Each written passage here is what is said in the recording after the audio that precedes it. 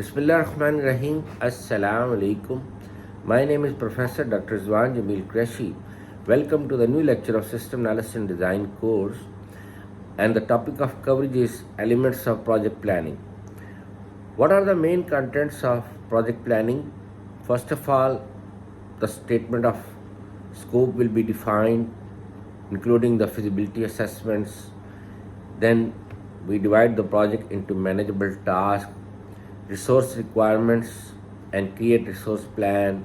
Preliminary schedule will be defined, communication plan will be defined. Then we define the standards and procedures that we are going to apply over the project.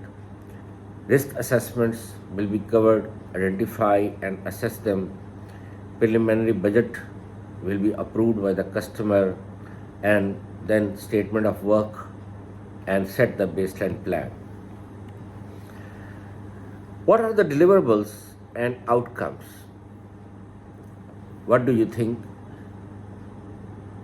Business case, justification for information system, why it is required, then present it in front of the customer regarding the tangible and intangible economic benefits and costs, the technical and operational feasibility of the proposed system will be covered.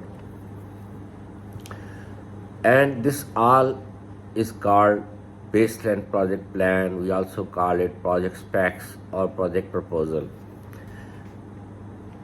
The major content of the baseline plan is scope, benefits, costs, risk, and resource requirements. The project scope statement is very important regarding the initiation of the project or initialization of the project. It is a document that is prepared for the customer, and then we describe what the project will deliver, what are the outlines at a high level, expectations of the project, and the work level required to complete the project. There are many types of feasibilities that are covered, including the economic, technical, operational, schedule, legal, contractual, political, but the four are important: economic, technical, operational, and schedule. The economic feasibility. What are the main contents of economic feasibility? What we cover under the economic feasibility? Estimating project benefits and estimating project cost. So what are the main benefits and how much the cost required to complete the project? How many type of benefits we have? What do you think? What comes to your mind? Tangible and intangible. What is the difference between tangible and intangible? Something that we can touch, people say or should say that's tangible. No. Tangible benefits are those benefits that can be estimated in monetary values, in money values, in falus, in dollar, in rupees, in pound. And intangible benefits that cannot be covered in monetary values, that cannot be calculated. And at the end, we will prepare cost benefit analysis sheet, CBA sheet. C for cat, B for ball, A for apple. So cat, ball, and apple, no. It's a cost benefit analysis sheet.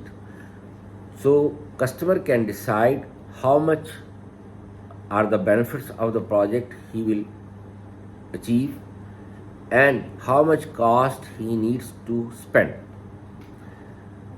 That is the economic feasibility in terms of tangible and intangible. So let's talk about what are the tangible benefits. There are many types of tangible benefits. For example, cost reduction, time reduction, reducing the personal expenses of the company in terms of resources reduction, transaction cost, reduced business procedures, high profit margins, error reductions, flexibility in terms of processes, increased speed of activity, better management planning and control, opening new markets and sale opportunities. I can give you several examples of them. Let's cover one or two in order to summarize the lecture. Cost reduction. For example, before implementing the information system, you need 10, 15, 20 employees. But after implementing the information system, you need 1 or 2 employees. Let's talk about automation. Honda motorbike and car plants are there in Pakistan as well as in all over the world. In Pakistan, Honda motorbike was assembled using humans manual.